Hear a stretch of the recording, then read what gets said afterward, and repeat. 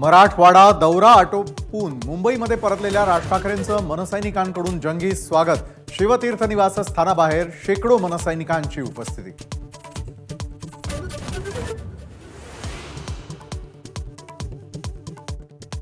उद्धव ठाकरेंच्या वाहनासमोरील निदर्शनास संतापातून आलेली प्रतिक्रिया। राज ठाकरेंची फेसबुक पोस्ट। जशास दुप्पट तसे उत्तर याची चुणूक दाखवलीत। आता थांबवा, ठाकरेंचं मनसैनिकांना आवाहन।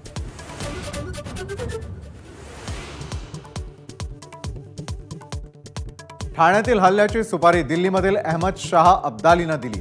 पक्षाचं नाव न घेता राऊतांचा निशाणा। संजय राऊतांनी अवकातीत राहावं, आशिष शेलारांचा पलटवार।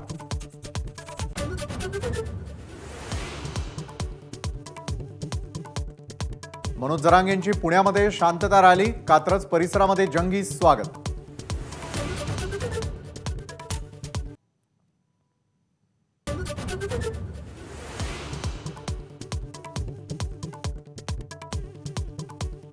ओबीसीतून मराठ्यांना आरक्षण देणं शक्य नाही। सगळ्या सोयऱ्यांना देखील आरक्षण मिळणार नाही।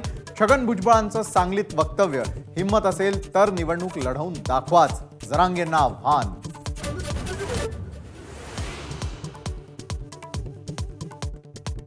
मनोज जरांगे स्वतः मुख्यमंत्री बनले तरीही सगळे सोयऱ्यांना आरक्षण मिळणार नाही। अनिल बोंडेंनी जरांगेंना पुन्हा डिवचलं।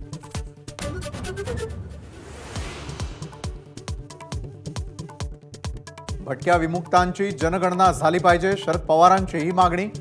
संख्या कळणार नाही तोपर्यंत सरकार समोर प्रश्न करणार नाहीत, पवारांचं वक्तव्य।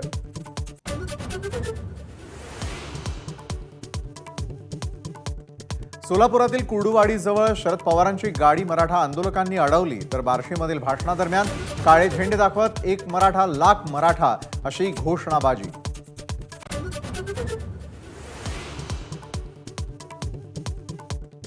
महाराष्ट्र भाजपच्या कोर कमिटीची मुंबईमध्ये अतिशय महत्त्वाची बैठक सुरू। फडणवीस, बावनकुळे, विनोद तावडे, पंकजा मुंडे, आशिष शेलार उपस्थित।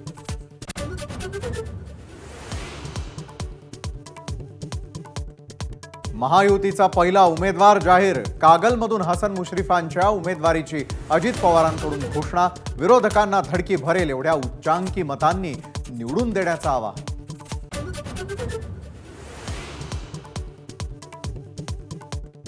हिंडेनबर्ग रिसर्चचे सेबी प्रमुखावरती गंभीर आरोप। सेबी प्रमुख माधवी पुरी बुच यांचीच अदानींच्या कंपनीत गुंतवणूक असल्याचा आरोप, तर आरोपांचं अदानी समूहाकडून खंडन।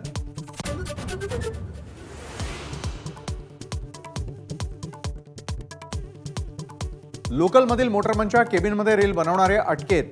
कसारा रेल्वे स्थानकातील 10 दिवसांपूर्वीची घटना। नाशिकमधून 2 तरुणांना अटक।